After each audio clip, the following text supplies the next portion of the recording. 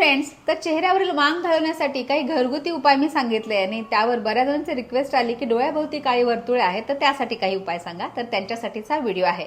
सगळ्यात पहिला उपाय म्हणजे घरामध्ये तुमच्या बटाट्याचा रस, काकडीचा रस किंवा कोथिंबीरीचा रस जे काय अवेलेबल असेल ते तुम्ही डोळ्यांभोवताली लावा, 5 मिनिट ठेवा आणि त्यानंतर चेहरा धुवा. दुसरा उपाय म्हणजे दही आणि त्यात चिमूटभर हळद टाकायची आणि हे मिश्रण देखील डोळ्याभोवती लावायचं अंघोळीपूर्वी 5 मिनिट. त्यानंतर तिसरा उपाय म्हणजे कोरपडीचा गर. घरी जर कोरपड असेल तर किंवा ॲलोवेरा जेल जे मार्केटमध्ये मिळतं ते देखील डोळ्याभोवती लावायचं आणि चेहरा कोमट पाण्याने धुवायचा.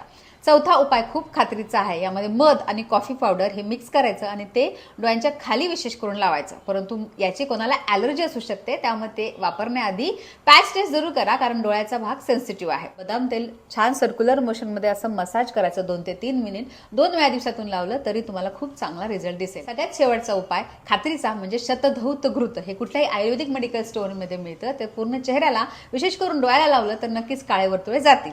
आता हे सगळे उपाय तेव्हाच काम करतील जेव्हा तुम्ही पुरेशी झोप आणि पोषक आहार घ्या. जर रात्र तुम्ही नेटफ्लिक्सची सिरीज किंवा स्क्रोलिंग करत वेळ घालवत असाल तर या उपायांनी फायदा होणार नाही. धन्यवाद.